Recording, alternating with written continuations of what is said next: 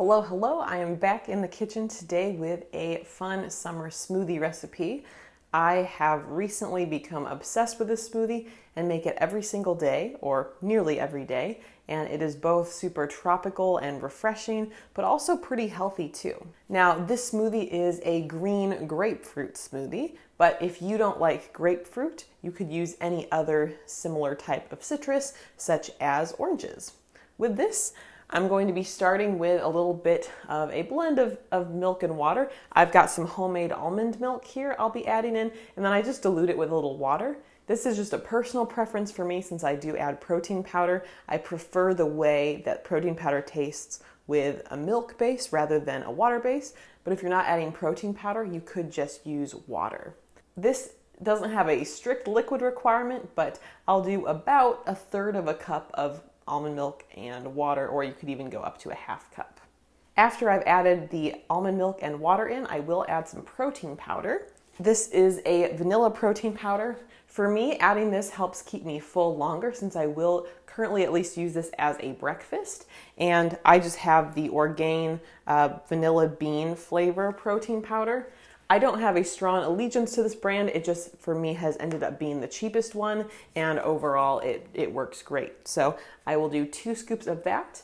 Then I will do 2 big handfuls of spinach. Spinach is amazing to put in smoothies if you haven't yet tried it, because with spinach you can't really taste the flavor, especially if you've got these other ingredients, in this case grapefruit and mango, added in as well. So definitely give it a try. Once you try using spinach in a smoothie, I feel like you will continue doing it, and especially it's an easy way to get those greens if you don't plan on having a salad later in the day. So again, 2 cups roughly, or 2 big handfuls of spinach.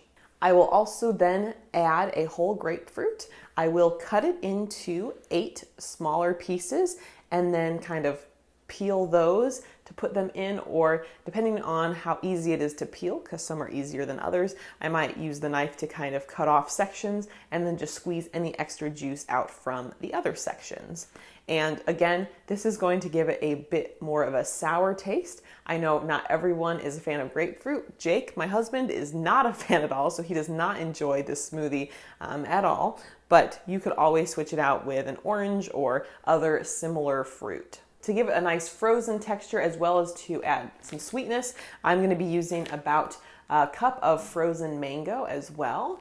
Now, the mango itself pairs really nicely with the other flavors, and it's going to give some of that natural sweetness, but also give you a whole nother fruit. We got 3 different fruits and veggies represented here, which is great that you're getting a full serving of, or maybe 2 servings with this smoothie. The other thing that's really nice about using mango is that it will adjust the texture of your smoothie to be a bit smoother and creamier. I find it almost even makes it a little bit like gelatinous texture. There's just a different smoothness you get when you use mango compared to using pineapple or something else. However, pineapple also tastes really great with the smoothie if you don't have mango. The last 2 ingredients I add are totally optional, but I'll add a little bit of ice just to have this smoothie be really refreshing, and I will also add a little bit of stevia. I know, I love my stevia, but it just helps give sweetness, especially with the sour flavors of the grapefruit. So, once all the ingredients are added to the blender, we're going to blend it up, and then we are ready to enjoy. All right, so there you have it. Let's give it a taste test. I love this smoothie. It's got a lot more depth, I feel like, because of the grapefruit, and I find for myself that having something that's a bit sour in the smoothie helps the balance. I still find it very refreshing, but it's got a little bit lower of a sugar content. But also with the sour, I feel like I'm really tasting a lot of the different flavors here. And because of that, I think maybe it's more exciting to the taste buds, which might mean that I'm less likely to snack on, unhealthy things later because I'm having a smoothie like this. And I find that the portion I make does make about 2 full of mason jar size full. So I guess maybe like 4 or 5 cups of smoothie, depending on the day. I'll usually drink 1 cup worth in the morning, and then I'll put it in the freezer for a bit just to keep it nice and fresh. And then I find especially in the afternoon if I'm feeling a little bit, like I need a boost of energy or I want to snack on something.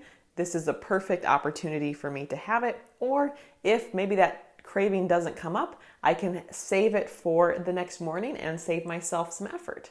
So I love making the smoothie. I hope you'll give it a try if you're interested, and have a great rest of your day.